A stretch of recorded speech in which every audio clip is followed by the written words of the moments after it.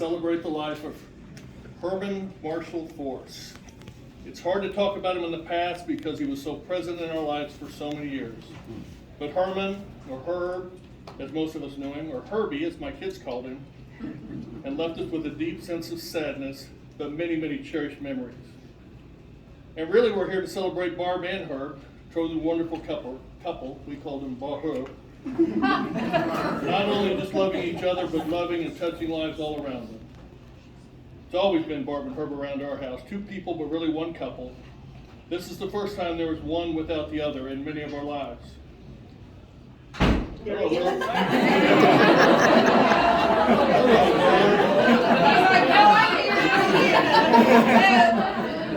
In this life, you get two families, the one you're born with and the one we choose. Susie and I and Barb and Herb chose each other. Herb was one of my only true friends, and I don't throw that word around lightly because I really don't have many true friends, but Herb was one of the few. The great thing about Herb was he was never trying to be anything but himself, because being himself was more than enough. In the last couple of weeks, I've been flooded with appreciation of what I took for granted. If you knew Herb many years ago, you might think of him as a railroad man. More recently, people would know him as the car guy or the Corvette guy.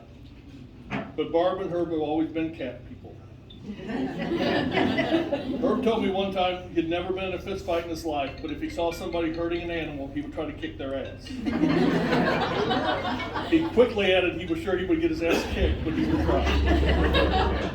If you look at Herb and I, we were unlikely friends. He was small and skinny and quiet. I'm big, fat, and loud. Herb could make or fix about anything, and my handyman skills are limited to duct tape. Did just venture into zip ties. He was handsome with that trademark mustache and that twinkle in his eye, and when he popped out of the Pantera, he looked straight from a movie. I really don't get accused of being handsome. We did share a sense of humor. Friendships are weird because they're not always equal, and our friendship is no exception. We have so much donated furniture from Barb and Herb in our house, we call it the Wolf Force collection. Herb has laid tile in our house, installed 2 dishwashers, one when he was completely drunk, and general handyman chores. But Herb was only, to find out that was only the beginning. Unfortunately for Herb, he completed his shop, or as we call it, the mistress, about the same time my daughters got their first car. Therefore, too many times you can find Herb under the hood of an old Chevy Blazer trying to fix the next problem, while he pushed his stuff, the Pantera, the Cameo, or many vintage Corvettes to the side. And it was not only Rachel and Savannah, soon Spencer would come along. Spencer thought Herb was a superhero and needed a cape. He would bring his Ram diesel pickup down there, and you could hear Herb cussing and trying to help. We kind of wore him out with hugs over the years, and we finally taught him to hug. But I think in a lot of ways he taught us how to love by showing up just again and again and again. Before I get too far praising Herb, let me tell you he had some issues. Barb would be sure to tell you. He could take apart the washing machine and fix it, but he couldn't do laundry. His patience was sometimes lacking. And every year on vacation, I got to see Herb in the grocery store for his once-a-year venture. He looked like he'd seen one of the wonders of the world, all that food in one place. Suffice it to say, Barb took good care of it. Speaking of vacation, we traveled all the years, and Herb was the puzzle master. I could almost close my eyes and see him hanging over the next family puzzle.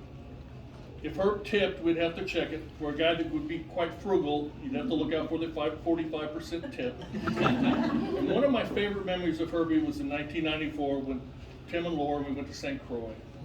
Went on a boat to Buck Island to go snorkeling. Herb was never a big fan of the ocean, but the guide talked him into holding a life buoy and putting his face in it, looking down the ocean. I think Herb enjoyed that much as any of us. He was like a human pinball machine running into everybody. There was the golf match where Herb was mostly doing a great impression of Tiger Woods until the Cruzan rum wore off and he reverted to his normal form. But most of all remember the quiet times at dinner or on the beach or just hanging out talking. We both had tragic times when we leaned on each other, when his son was involved in an accident and when my son Spencer died. I remember going to Herb's dad's funeral many, many years ago, and he said at the time, Will Rogers said he never met a man he didn't like. And Herb said about his dad, he never met a man that didn't like his dad. The apple doesn't fall far from the tree. We gathered today to celebrate a good man and celebrate a life well lived. Finally, I'd like to leave you with some of my favorite song lyrics from a song by Zach Brown called Bittersweet. I won't sing it. And he hated country music, so this is a little... Everybody grab your glass, though. The wind whistling across my bottle still can't blow away the sorrow that tomorrow you won't be here with me. So I raise up a toast to the day we met, and I won't forget the way you love me, the amazing way you love me. Thank you guys all for being here. Cheers. Cheers.